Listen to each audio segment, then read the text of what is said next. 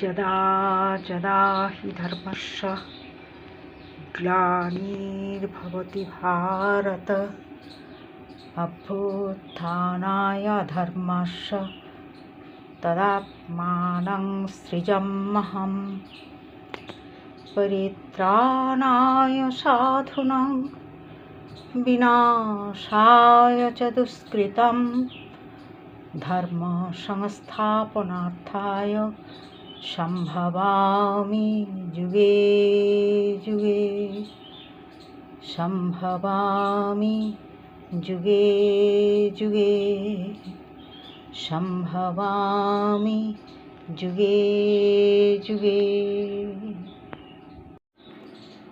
নমস্কার।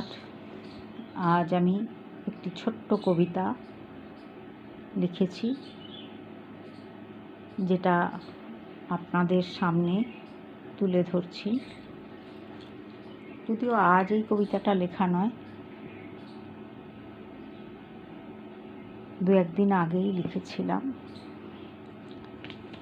পোস্ট করছি আজকে। বেশি সময় আমি নেব না, আমি দু চার কথা আপনাদের সঙ্গে শেয়ার করছি। দিকে দিকে নারীর উপরে যে অত্যাচার চলেছে, এটা নিয়ে পুরুষ শাসিত সমাজ কী ভাবছেন সেটা আপনারাই বিবেচনা করবেন। গত কয়েকদিন আগে যে 11 বছরের মেয়েটির উপর নিদারুণ অত্যাচার হয়ে গেছে, তা সকলেরই জানা। আজ সেটা বিরাট খবরে পরিণত হয়েছে। তবু সবার কাছে আমার কাতর নিবেদন, নারীকে অপমান করে যুগ যুগ ধরে কোনো দিন কোনো কিছু ভালো হয়নি। সত্য, ত্রেতা, দাপর, এই কলিকাল আপনারা সকলেই জানেন যে ধ্বংসের দিকেই চলে গেছে। নারীর অপমান স্বয়ং ভগবান সহ্য করেন না, তার বিচার হবেই হবে। আমিও একটি কবিতা লিখেছি, কেমন হলো আমাকে কমেন্ট করে জানাবেন, অবশ্যই জানাবেন। নাম দিয়েছি নারীর চোখের জলের দাম। ও মেয়ে, তুই কাঁদিস কেন, চোখে কেন জল?